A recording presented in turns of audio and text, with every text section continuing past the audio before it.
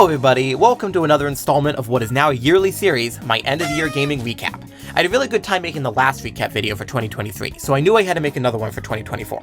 Now, if you didn't see the last one, I'll give a quick recap of what this video will be about.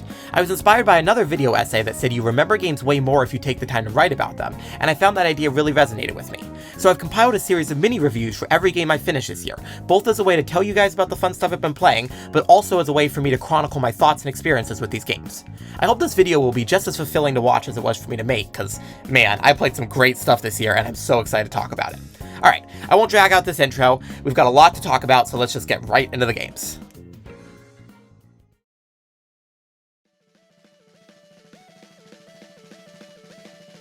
My year started off on an exciting note, as I had a chance to attend the Sonic Symphony live performance shortly after New Year's. It was an incredible show, and I had such a great time singing along to all the iconic songs with my friends, but being at that show kind of made me realize something. I've actually barely played any of the 3D Sonic games, and the ones I have played aren't even the ones people consider to be great. I grew up on Sonic Heroes and Sonic Colors, but I don't get the sense that most fans see those as the best game in the series. So, I set off on a somewhat year-long journey to play all the 3D Sonic games I'd never played before, and what a better place to start than...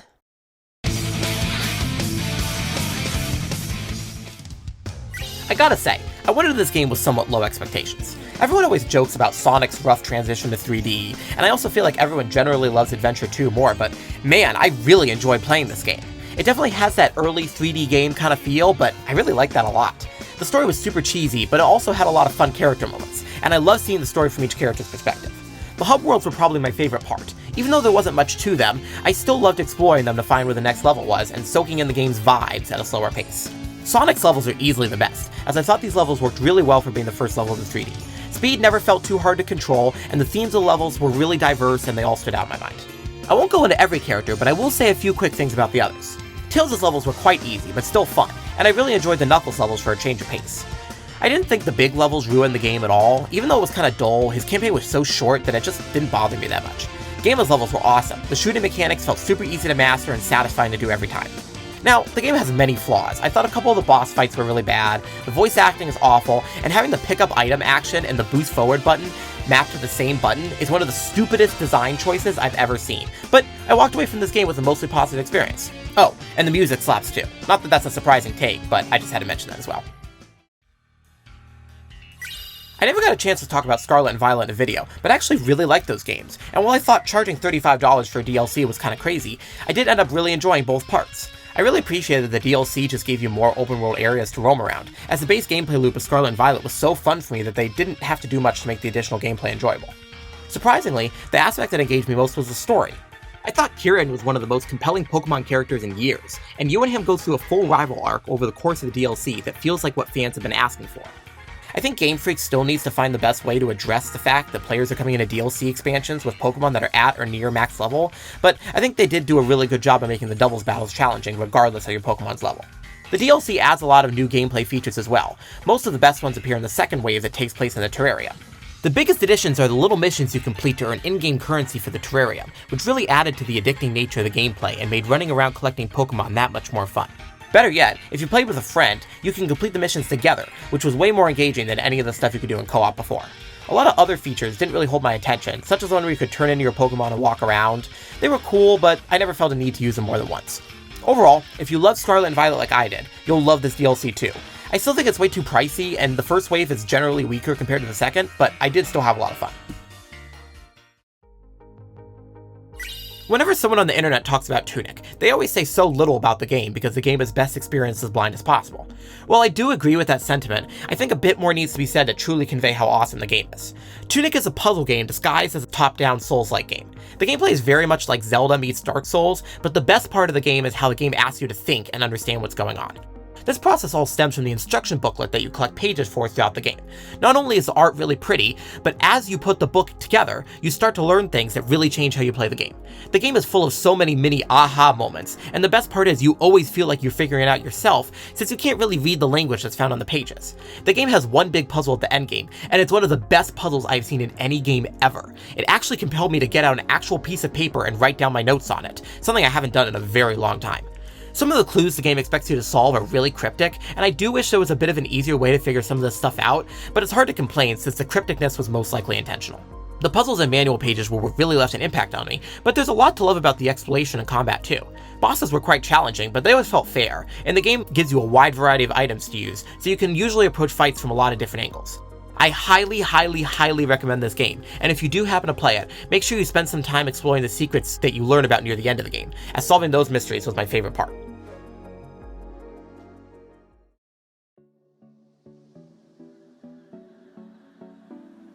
I suppose this is the first time I've been able to mention it, but I was finally able to get a PS5 for last year's Christmas, so a huge part of this year is focused on the very small list of PS5 games that I've been waiting to play the last couple years. But of course, before I could get to any of the big RPGs, I had to finally see what all the hype for Astro's Playroom was about. It was insane that Sony was able to include a pack-in game that's essentially a full 3D platformer, and a really good one at that. Getting this game for free is awesome, because it's a really high-quality title that's better than a lot of other paid games.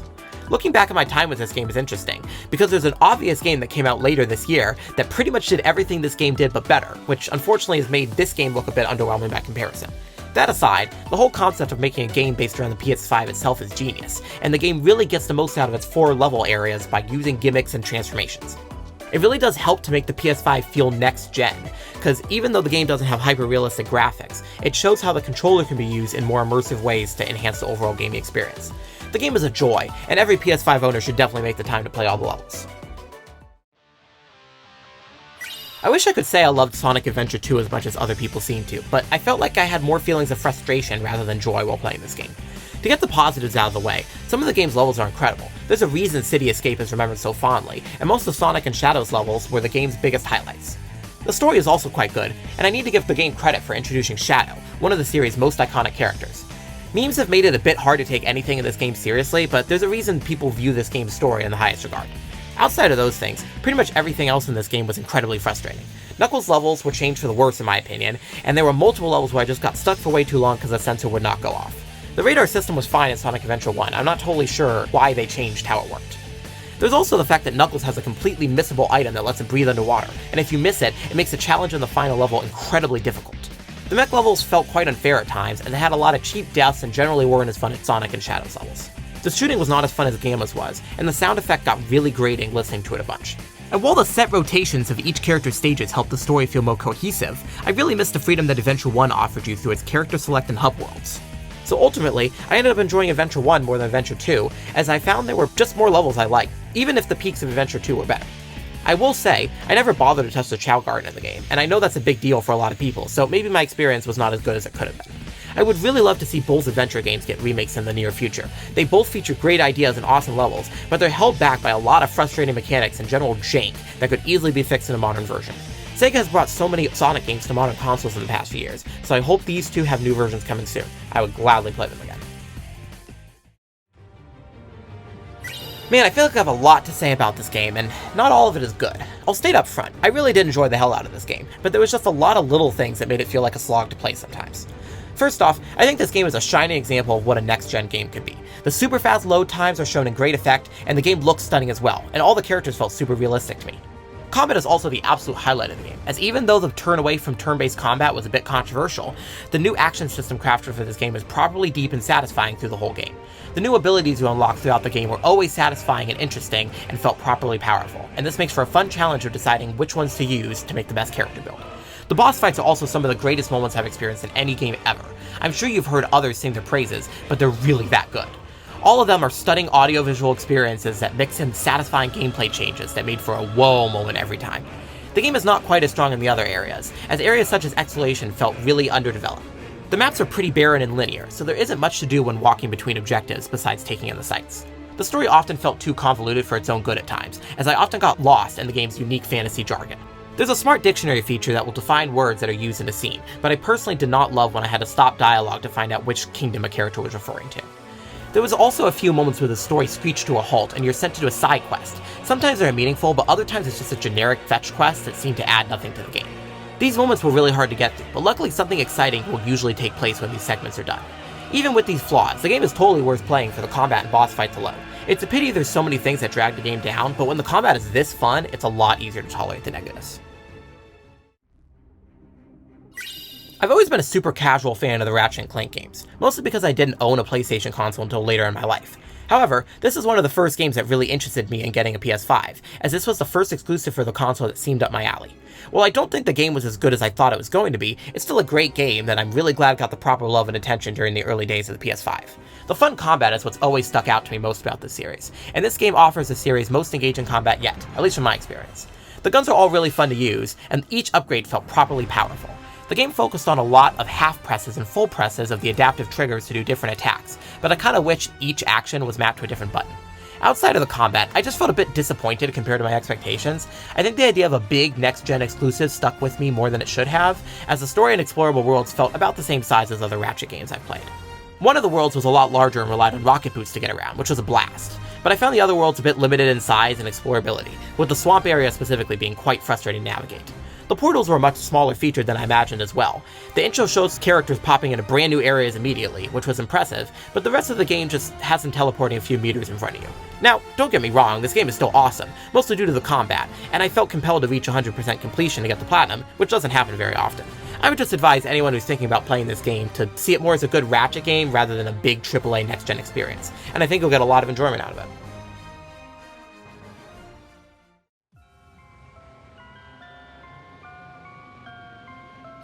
2018's Octo expansion set a very high precedent for future Splatoon DLCs, so I was very excited to see what the team had planned for Splatoon 3's DLC.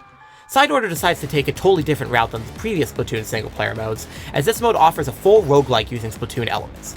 The concept is executed quite well, as I think the wide array of Splatoon weapons and abilities is a perfect match for this genre. It got quite addicting to play at times, as full runs of the game felt short enough that I could always convince myself to do just one more before turning the game off. This is nowhere near the most challenging roguelike I've ever played, but I kind of appreciated that the game let you get completely overpowered as you neared the end of the run. The final boss often felt like more of a victory lap than a true challenge, which I think is totally okay. The most addicting part for me was attempting monocolor palette runs. This means you couldn't just take whatever abilities you wanted, and had to be strategic about what you took and when you used your currency. The game makes sure to give you even more in-game currency for doing something like this, so experimenting with different ways of doing runs was always rewarding. I do think the mode could have been a bit more fleshed out, as the number of levels and bosses is pretty small for a roguelike, and I think the game could have offered more ways to up the difficulty. I do really hope the mode comes back in a future Splatoon game, as I would love to see a more fleshed out version of this mode that could fix some of the problems I had. This game might have been the biggest surprise for me all year, as I went in expecting to hate it. I was really only playing it for the memes. But in the end, I found myself having a lot of fun with this one. I mean, the game is far from incredible, there's still a lot of issues, but having a game in the adventure style with only shadow levels helps cut down on a lot of the worst parts of those games. I've heard lots of people critiquing the whole shadow has a gun gimmick of this game, but I actually found the weapon and shooting systems to be really enjoyable and help the game feel more involved. Vehicles were also a fun addition, though some of them were a bit hard to control. The use of missions within levels was also fun, as it gave you more to think about than just go forward toward the end. Now, of course, this leads to the fact that the game has a branching story, which is certainly poorly designed, but I didn't find it quite as bad as people made it seem. Yes, you do need to play the first few stages a lot, but none of them are that long. The story is somehow even cheesier than Adventure 2, but it still has that charm that made this era of Sonic storytelling so fun. There are a couple levels in the game that really sucked, as the ones where you needed to hunt down every enemy in the space colony had no hint system and took way too long toward the end. Other than that, I really enjoyed my playthrough of this game, maybe even more than Adventure 2? It's hard to say, I think both are pretty even in my mind, but I do recommend giving this game a try if you've never gotten the chance to play it before.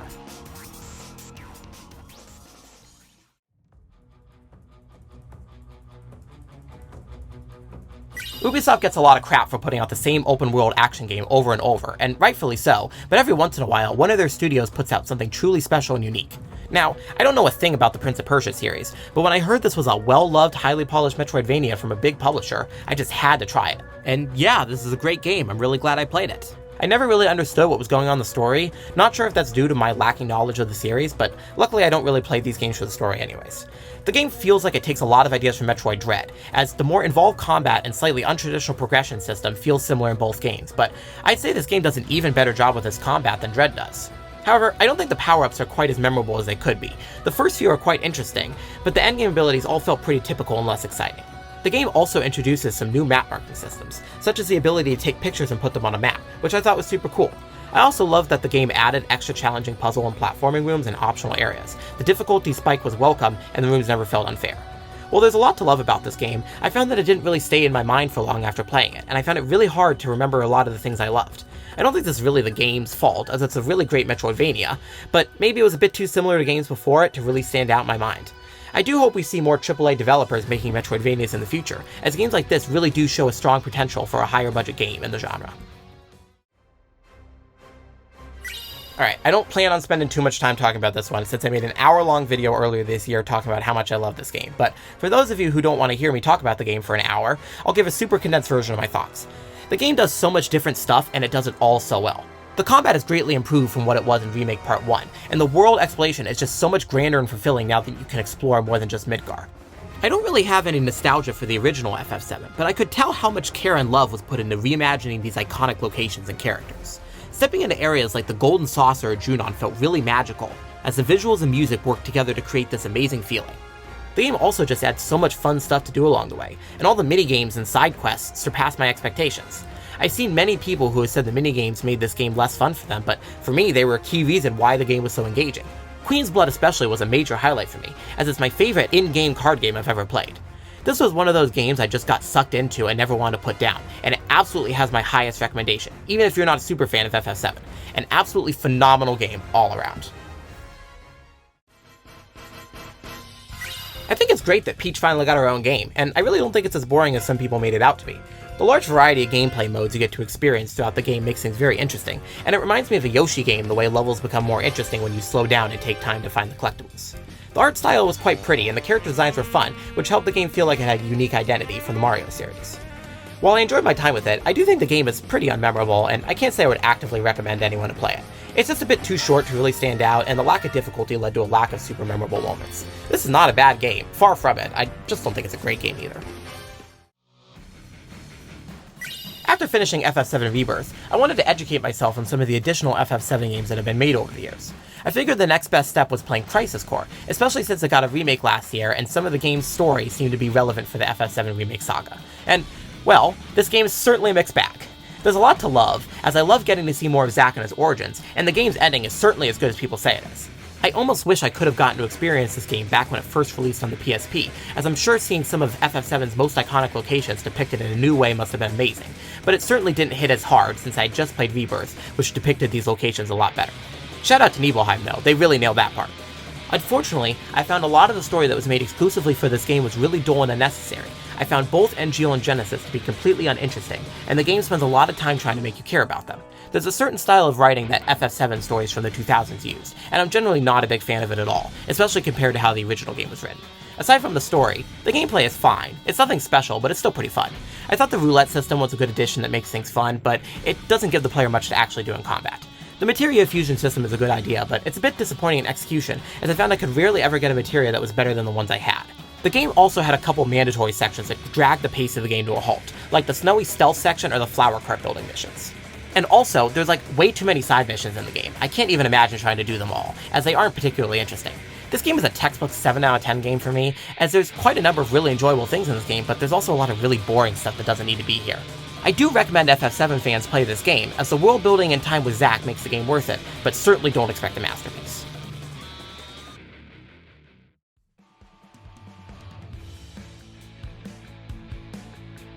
The release of Hi-Fi Rush is one of the few times I was jealous that I didn't have an Xbox, but luckily for me, I didn't have to wait long until the game was eventually ported to PS5. This game really is a gem, and it totally lived up to all the hype I had heard. The animation and voice acting are both top-notch, and it really felt like I was playing through a cartoon show at times. The story also hit me way harder than I expected it to, as all the characters are really well written and have great motivations for teaming up with Chai to take down the game's villain. The gameplay absolutely delivers as well, as you get access to a large list of satisfying rhythm-based combos that you can use to take down enemies. The game makes sure to reward you for following the beat, so every action you take, both in and out of combat, is satisfying to perform to the beat of music. The beat was always easy to follow, and the use of licensed songs for some boss fights really made those moments feel special. I did have some trouble getting the parrying system for strong enemies to work well. Might have just been a me problem, but there were a few enemies where I couldn't figure out how to repeat their call and response patterns even after practicing, so that led to a few frustrating fights. I also would have appreciated a more traditional collectible system, as I always spent a lot of time looking for secrets and levels. It was such a bummer to hear we might be losing the studio, but it does appear that they were saved after all, so I really hope we get a sequel to the game someday. I think a lot of the ideas here could be made even better, and the foundation is already so strong. Hopefully we don't have to wait a year for it to come to PlayStation next time though.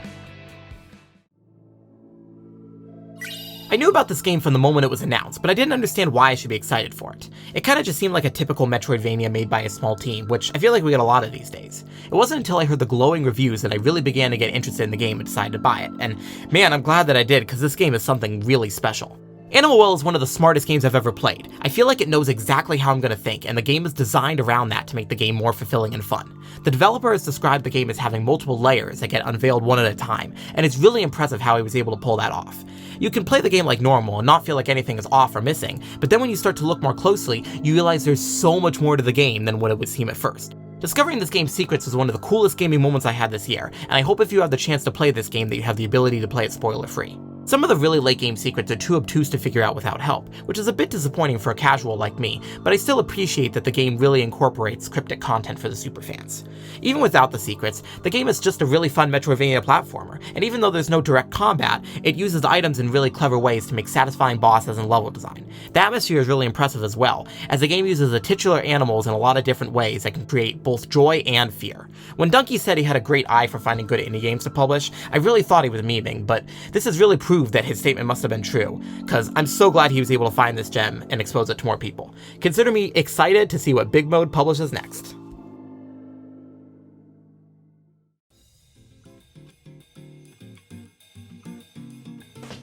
Back again with another Sonic game, and this is another one I have a lot of conflicting thoughts on. I did play this game many years ago on the Wii, but I don't really count the Wii version because it was different in so many ways, so this is practically my first time playing through the game. Luckily, this game nails the parts it really needs to nail, as the daytime stages are all phenomenal. The visuals are impressive, and the game rarely ever feels unfair. Even the QuickTime events complement the gameplay of Sonic perfectly. The world travel theme led to some unique settings for levels, and every stage felt properly lengthy and fleshed out. This game would be one of the best if it was just focused on these levels, but unfortunately, very little of the time spent playing Unleashed is actually spent on those daytime levels. Now, I don't hate playing as the Werehog, the action combat is quite simple, but I still had a lot of fun with it. The main problem is that every Werehog level takes about 20 minutes to complete, more than double the time it takes to complete a daytime stage. Some Werehog levels have really frustrating parts too, as there are some enemies that can stunlock you or knock you off buildings, which would often lead to unfair deaths. There are also parts of the game where you need to do multiple Werehog stages in a row, and this can lead to getting burnt out on those levels fast. My other massive problem with the game is the way that you're required to get the Sun and Moon medals to progress to the next stage. There were so many times where I felt the required number was way higher than it needed to be, and going back to replayed old stages wasn't really that fun. The mechanic just seems to be there to pad out the playtime, and I found it unnecessary and quite frustrating at times. I enjoyed the hub worlds quite a lot, and they were always my favorite place to collect medals. I just wish there was more than like 2 or 3 of each type. Without the drawn-out Werehog stages and much lighter medal requirements, I think Unleashed would have been one of my favorite Sonic games, but those issues hold the game back quite a lot for me. I played Limbo many years ago, but I never really felt motivated to play Inside, as it looked like a very similar game. I decided to give it a try this year, as it's always nice to have a super short game to beat. For the most part, I'd say I enjoyed the game about as much as I expected to, as the gameplay and overall vibe is very similar to Limbo. The puzzles are quite simple, and most of the game consists of walking forward in a straight line, though I appreciate that some puzzles made me think a bit. The mystery of what's happening is a lot stronger in this game, as there's all sorts of scenes happening in the background that hint at something bigger going on. The game culminates in an excellent ending that elevated the whole experience. I don't want to spoil exactly what happens, but I never saw it coming, and the last gameplay section was easily the most fun in the game. The story is certainly deep and interesting, but the game doesn't really spell a lot out for you, so a lot is left up for interpretation. I'm still very confused, and I don't feel like I have a good idea of what all happened, but maybe that's not really the point. In the end, I still wasn't super impressed with the game, though the great ending really made the time feel worthwhile, especially since the game isn't very long. Atlus had an incredible year this year, and they started off on a great foot with the Persona 3 remake. Now, I have a lot of things to say about the original P3 experience, and heck, I might even make a video about it someday, so I'm just going to try to talk about the changes they made in the remake so the section doesn't go too long. Overall, I think they made all the changes they needed to make, as all previous versions of Persona 3 have a lot of obvious flaws that made the experience less enjoyable. TARDIS was the area that saw the most changes, and I appreciate almost everything they did to make the big dungeon less boring. These changes do lead to combat being significantly easier, especially in late game, and I know this was a big negative for some people, but I didn't mind having a less stressful experience. Having full control of all 4 party members was an obvious change, and theurgy skills and shifting helped to add a lot more strategy in battle. Having more control over Persona Fusion was a big change too, as you could combine your super strong personas with theurgy skills to do incredible amounts of damage. The game felt less like a challenge and more like a power trip as it neared the end, but I found it to be a lot of fun. Cutting down mini-bosses with ease was quite satisfying. A lot of extra character moments were added to the game, and I really appreciated all of them. Persona 3 often suffered from a lack of relationship building between its characters, and having more moments with your party members and enemies really helped rectify this issue a lot. The menus were also a massive highlight for me, as Atlus has continued to show how a good-looking menu can really enhance an experience. I have a couple complaints, as I wish more content was added to the Full Moon Dungeon, and I found the remade music to be a bit unnecessary, but those are minor complaints. Ultimately, I think this remake turned out excellently. I still have some problems with the parts that were carried over from the original P3, but a lot was done to make this game more fun and less frustrating.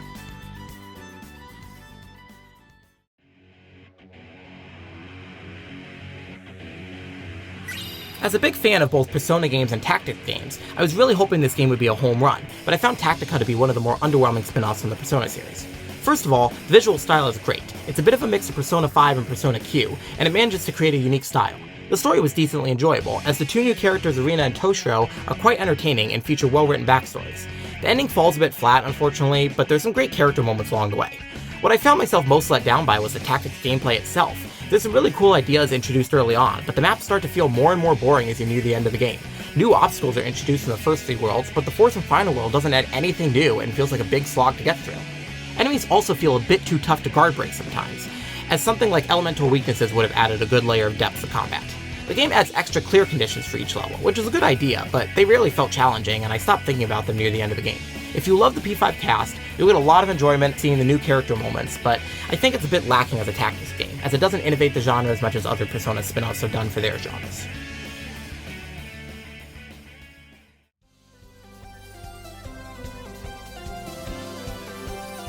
Early in the year, I bought a copy of this game for PS3, only to find out an enhanced version of the game was dropping in October. I considered waiting for that version to release, but I just decided to play the game on PS3 as I was really excited to continue my Sonic Marathon.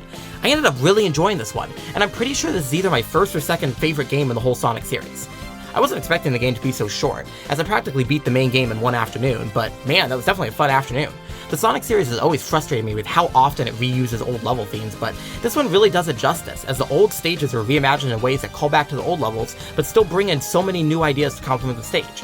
The 3D levels weren't quite as good as the ones in Unleashed, but the much better pacing made it feel like I got a lot more 3D Sonic in this game. I was prepared to dislike the 2D levels, as I vastly prefer the gameplay of 3D Sonic overall, but I was pleasantly surprised that I find that the 2D levels and Generations are some of the best in the series. The levels feature less obstacles that completely halt your speed, and the gameplay ends up feeling much more fluid and fast-paced. The soundtrack is also a huge highlight, as the game brings together a collection of so many beloved Sonic songs, and even features some new remixes that all feel high quality. My one major complaint is that the game really falls flat with its ending. The final boss is one of the worst final bosses in the whole series, which is very disappointing considering the quality was so high everywhere else. Playing this game really was a blast, and I just wish it lasted longer, which is surely the sign of a great game. I really wish Sonic Team had made a game that felt exactly like Generations, but with all new stages instead of returning ones. The formula here is exactly what I want to see more of. Hopefully we can still get that someday.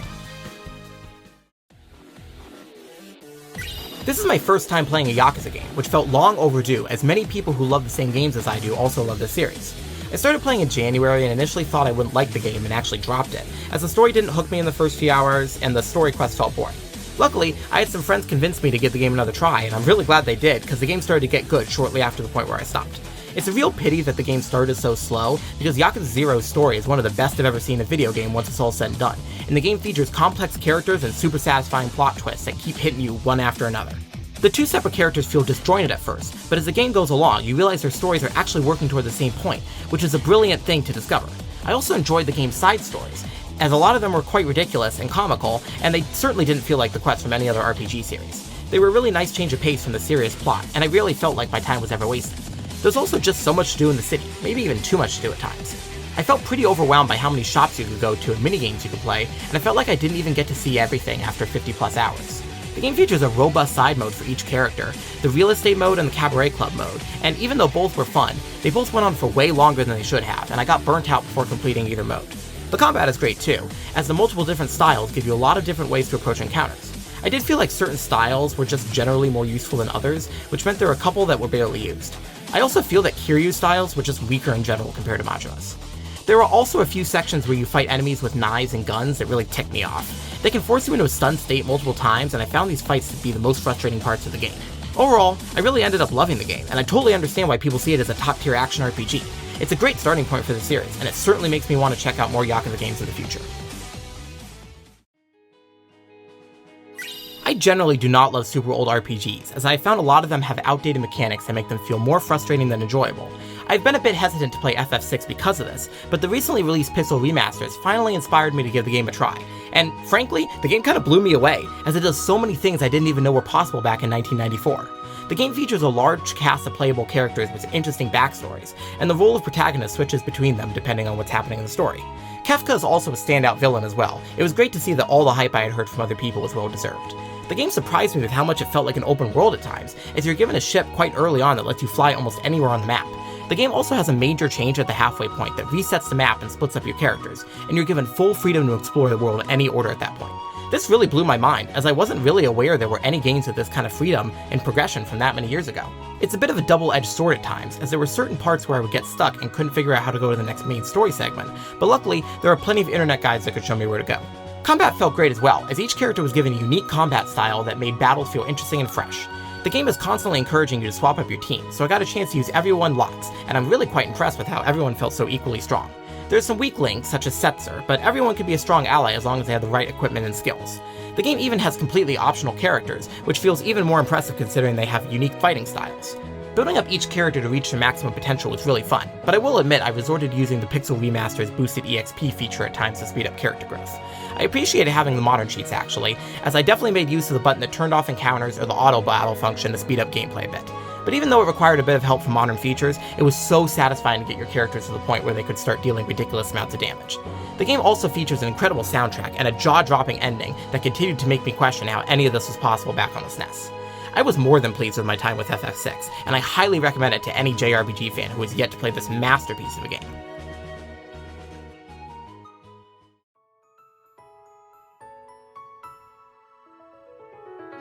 This game has been on my backlog for ages, and I'm so glad I finally got around to playing it this year. Epic Yarn features some really creative and cute levels, and the Yarn aesthetic does a lot of work to make the game stand out from other platformers. I was a bit worried the game would be too easy to be entertaining, but the clever level design makes up for any lack of difficulty, as it was always fun to explore the levels and see what was coming next. It reminds me a lot of Mario Wonder in many ways, as each stage tried to add new enemies and gimmicks, and the game features some interesting transformations for Kirby. Kirby games can feel a bit samey sometimes, so having a game that feels totally different was actually quite refreshing. I did find it strange as so many levels were designed with points where you could no longer go back to previous areas, as I had a lot of times where I wanted to go back for a collectible that I could see that I missed, but then found that I couldn't go back. It's probably my biggest problem with the game. Restarting the level was never too bad since levels are pretty short, but a bit more openness in level exploration would have been nice. I never really felt compelled to explore the apartment decorating thing either. I tried it for a bit, but it seemed generally too straightforward to be fun. That all aside, Kirby's Epic Yarn is a surprisingly great platformer that still holds up today. Highly recommend checking it out if you haven't played it yet. Shadows of Valentia is a really weird Fire Emblem game, which doesn't surprise me as I've heard lots of talk about how both Echoes and Gaiden don't really feel like any other game in the series. I kinda had to change how I think about FE gameplay, which was nice since other games in the series can feel so similar. New mechanics such as using health to cast attacks and adding in explorable dungeons were both changes I appreciated, though I didn't really love how the held item and weapon system worked. Giving each character 2 held item slots and adding more opportunities to get weapons would have really helped that system feel a lot better. Maps were way harder than I expected them to be. Some had a really satisfying challenge, but others suffered from really poor design that most likely carried over from the original game. I played on casual, so I can only imagine how painful this game would have been if you actually lost your units after death, as I would usually have multiple units dying on maps in the late game. The story was pretty minimal, but I was a big fan of the characters, and the pretty character art did a lot to help make your units feel more memorable. The frustrating maps really hold this game back from being one of the better Fire Emblem games, but I do think it offers a lot of new ideas that really work and still make the game worth playing. Super glad I decided to check this one out.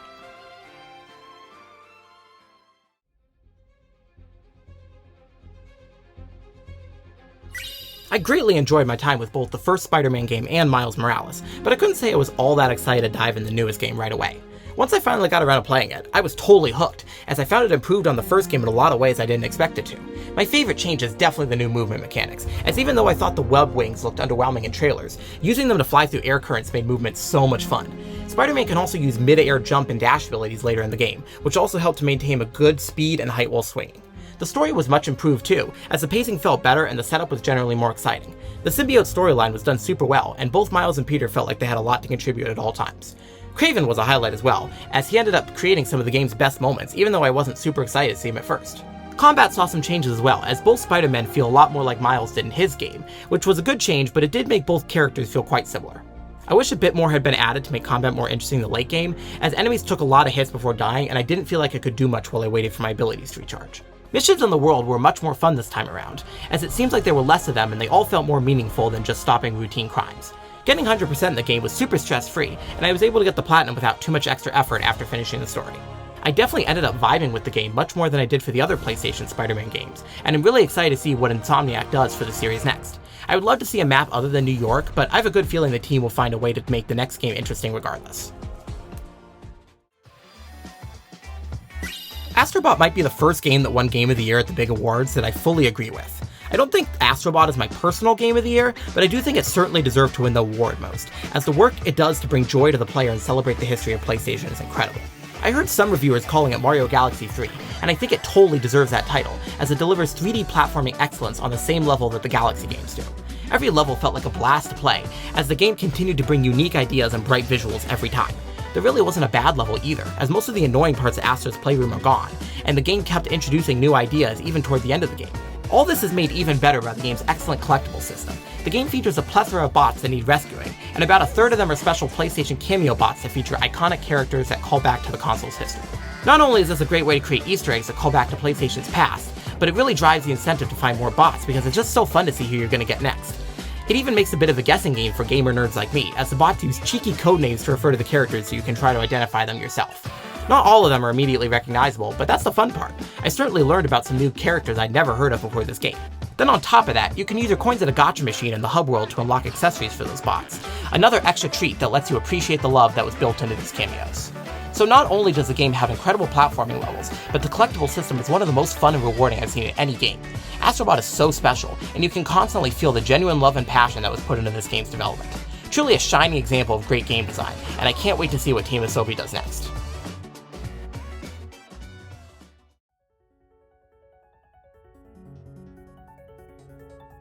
Undertale Yellow initially flew under my radar, as I wasn't totally sure that a fan game could be anywhere near as good as the original, but when I had a craving to play something Undertale related, I decided to give this one a try.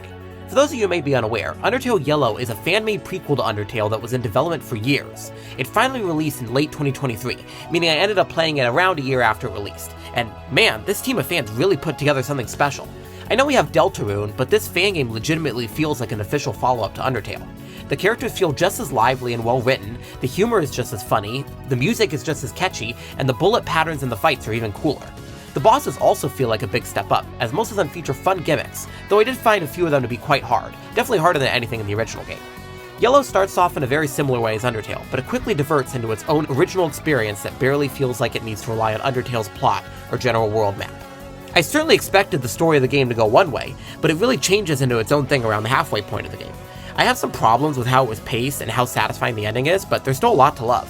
Undertale has the advantage of being the first of its kind, as its late game plot moments are incredibly memorable, but unfortunately Undertale Yellow isn't really able to create any moments that are as strong as those. The neutral ending is a definite highlight, as it features a visually incredible boss fight, but that ending is not exactly easy to get for those who choose to stay pacifist, and I certainly wish it was a bit more accessible after the pacifist ending. The game is truly a triumph for the fan game community, not only for Undertale, but for all fan-made projects in any media. It really makes me feel like I need to keep a better eye on what fans are making, cause I'm so glad I got to experience this one. I was so excited to find out we were getting a new 2D Zelda game, as the waits between 3D entries have been quite long, and I was somewhat worried that future 2D games would only be remakes of older ones, and thankfully, I think the team over at Grezzo really succeeded with this one. Even though the world is heavily inspired by A Link to the Past, there's lots of small differences that make it fun to explore regardless. There are all sorts of caves and treasure hidden around, and it was really fun to find decently sized dungeons that were completely optional. I love that they decided to bring in almost all the iconic Zelda races for this game, as seeing them all together in a game again meant a lot to me as a longtime Zelda fan. I do really like the toy-like art style, but I think I might have gotten a bit sick of it by the end of the game, as I felt like the characters came off as a bit emotionless, even in tense moments. Then there's the Echo system, which is also really cool. The game uses the echoes to make all sorts of satisfying puzzles that can be solved in different ways, which was the most fun part of the system to me. It can be a bit boring to just stand there and watch the enemies fight, but I did enjoy coming up with the right enemy echo to handle a certain combat situation. And I really didn't find the echo menu to be that bad. I know that's been like everyone's main complaint with the game, but since I had multiple sorting options, it never really bugged me. I have a lot of positive things to say about this game, and overall I think it's a great success, but I actually walked away from the game feeling kind of indifferent. I think the lack of a gripping story didn't help, and I also wonder if the game is just a bit too boring for its own good. I can't quite figure out what it is that makes me feel this way, but I just don't know if I'll end up remembering this game as fondly as I do for other games in this series. Much like the Yakuza series, I've been interested in trying the Layton series for years since so many people love it. I finally got my hands on a copy of the first game for DS this year, and I decided to play it right away since I knew it was decently short. The game felt far more simple than I expected it to feel, as the gameplay and story are quite minimal. There is a mystery that is set up at the start of the game, but I don't really feel like much happens to build on until right before the game's ending. Layton and Luke are fine characters, but neither of them had any moments in the game that really stood out to me. There's also not a lot of places to go in the game, as you'll be revisiting the same screens many times to talk to characters to find the next lead. The game's main focus is clearly the puzzles, as it delivers a whopping 120 different puzzles that you can find and solve in the game. Not all of them were winners, unfortunately, as some felt like gimmick puzzles that didn't actually make me think much, but aside from those, there's a surprising amount of really tricky puzzles here. The hint system is practically perfect as well, as you can find coins by tapping on stuff in the world that can buy hints for any puzzle. Each puzzle has multiple hints, so the system feels perfectly suited for any level of difficulty that you're experiencing with the puzzles. Overall, I did enjoy the puzzle solving experience, but the rest of the game left a lot to be desired. I will say, I liked it enough to continue the Layton series in the future. I do have a copy of the next game on DS as well, and I will most likely play it next year, so hopefully that one will excite me a little bit more. I'm usually a bit hesitant to play super short games, but I heard a lot of good buzz about Cocoon, so I figured I'd check it out. Once again, I was super impressed with the whole game, as the game totally makes the most of its short runtime and packed it full of interesting puzzles and gameplay. The game really never stops, because every section flows seamlessly into one another in a super satisfying way. It took me a few days to beat, but I never really wanted to put it down while I was playing. The art style was always a pleasure to look at, and the use of color was exceptional. Puzzles were always well designed, they made me think in new ways I hadn't experienced in the game before, and there were certainly a few mind-blowing moments. Nothing ever felt too frustrating, as it was a rare time where I was actually able to beat a whole puzzle game without ever needing any hints. The game actually never uses any words or instructions and lets you figure out everything on your own. It's kinda genius that the game is completely understandable without communicating anything directly, and it's a refreshing break from overly long tutorials. I also wanted to highlight the way the game incorporates boss fights, as even though there's no combat, the fights were always engaging and challenging. The game really feels like the perfect length and never feels like it's wasting your time. I think it might be a bit forgettable due to the short length, but I still loved it regardless.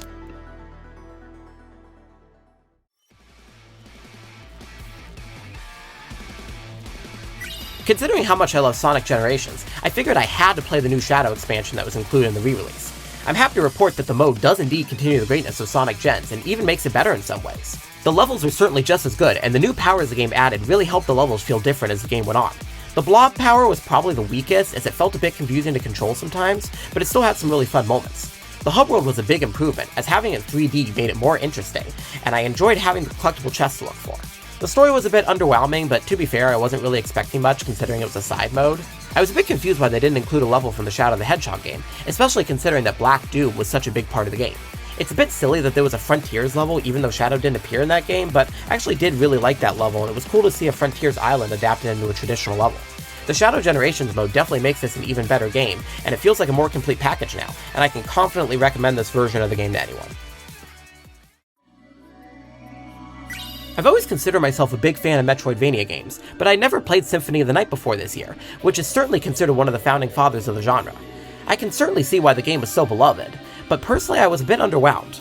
To start with the positives, I think the pixel art and enemy designs were really awesome. I really appreciate that the developers used the extra power of the PS1 to make a super cool looking 2D game rather than a 3D game. The game also gave a good sense of freedom, and backtracking was never too annoying due to the presence of warp rooms. There were a few parts of the game that I felt aged quite poorly, as systems like magic and the familiars were never explained well, and some rooms in the castle felt too hard compared to other rooms. I also feel like the menus are pretty atrocious, as it took me a very long time to figure out what my items actually did, and trying to find a specific item when your inventory got full was very annoying. I also kinda got lost trying to follow the story, which may be due to my lack of Castlevania series knowledge, but I felt like I was missing context in a lot of scenes. The idea of the inverted castle was really cool, as it's a clever way to reuse rooms that were already in the game, but the way it's laid out means you needed to use the bat transformation a lot, which doesn't really move that fast. The ending parts felt a bit drawn out because of this, but I still really do like that whole map overall. Super glad I played the game so I could see what all the hype was about, but it definitely won't be ranking up with my favorite Metroidvanias. After finishing Tactica, I figured I had to finally check out Persona 4 Arena so I could officially say I've played every Persona spin-off game. I had initially avoided this one because I find that I'm really bad at traditional 2D fighting games, but I figured the story mode would still give me enough enjoyment to justify the purchase. That being said, I'm really only going to be talking about that mode. The fighting all seemed really enjoyable from what I played, but I never got deep enough into it to give thoughts on that part of the game. The current version of P4AU includes all the story from both Persona 4 Arena games, and it was really interesting to see how each story was different. The original Arena story started off quite strong, as I was really interested in the mystery of the game, which is perfect for a Persona 4 story. Unfortunately, the mode continued to get more and more boring as it went along, since I started to see a lot of repeated content as I started more characters' campaigns. There really did not need to be 9 different stories just for the original game, as they just did not move the mystery forward in a meaningful way or feel different enough to justify their existence. The story mode took a big step up when it comes to Ultimax, however, as the team addressed that complaint and only made 2 stories rather than 9. The new mode is structured quite similarly, as it still needs to give you reasons to do battles, but I appreciate that the stakes felt a lot higher. I can't say I love how the game's mysteries paid off in the end, as nothing really felt satisfying, but I did really appreciate the character moments, especially the ones with the Persona 3 cast. Labrys was a great character too. I grew to like her a lot by the end of the game, and I felt like she was properly fleshed out.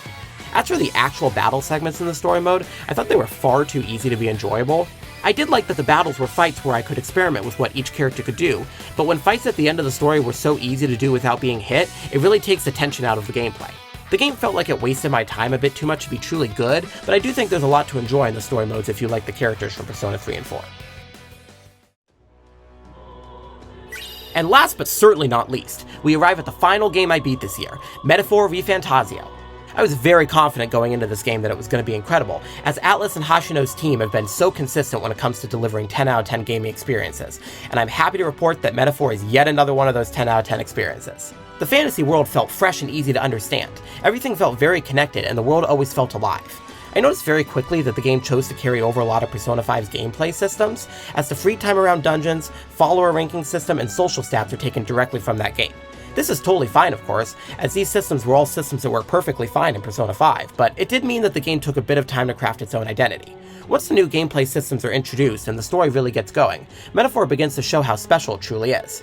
The story in particular is exceptional, as I would say it's Atlus's best story I've ever played. The main characters are all very likable and memorable, and the game nails the story's key moments, including the ending. Luis in particular is a standout reason why the narrative works so well. He was captivating every time he was on screen and gave a truly threatening presence. As for combat, I really like the job system as an alternative to the traditional Persona gameplay, as it allowed for in-depth customization of each character rather than just the MC. The system brings quite a few problems and annoyances as well, but I won't dive into specifics. I have a lot more to say about the game, and I'm heavily considering making a video diving into all my other thoughts, so I'll just leave things at that for now. I don't think this game is quite as good as Persona 5, as the dungeons, music, and general style of P5 are more appealing to me, but man, Metaphor comes dang close to being on that same level as P5. Definitely still a 10 out of 10 and a must-play experience for sure. These Atlus games continue to be the best of the best when it comes to JRPGs.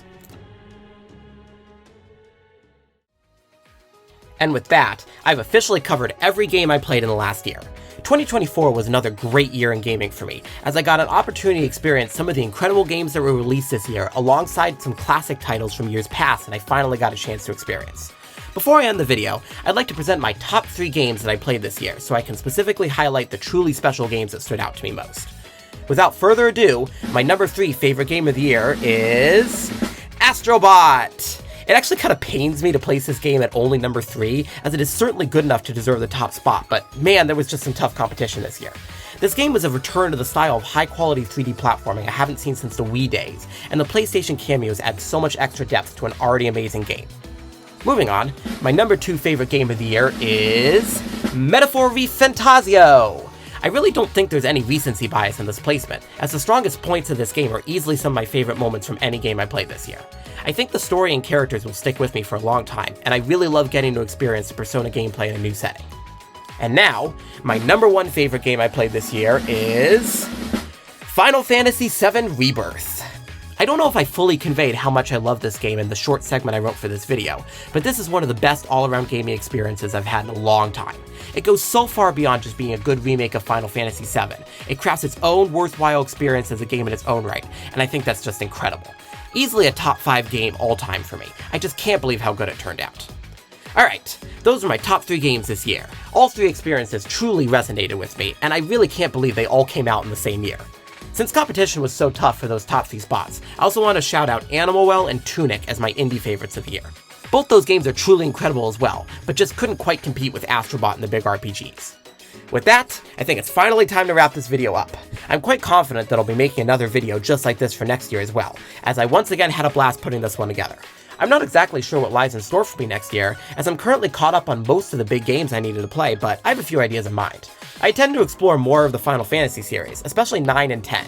I still need to finish Witcher 3, and I'm super excited to dive into Unicorn Overlord. Aside from that, I can't wait to see what other cool stuff comes out in 2025, as I'm sure there will be plenty of new games to keep me busy. That's all I have to say for now. If you stuck around until this point, thank you so much for watching, and I truly hope you enjoyed.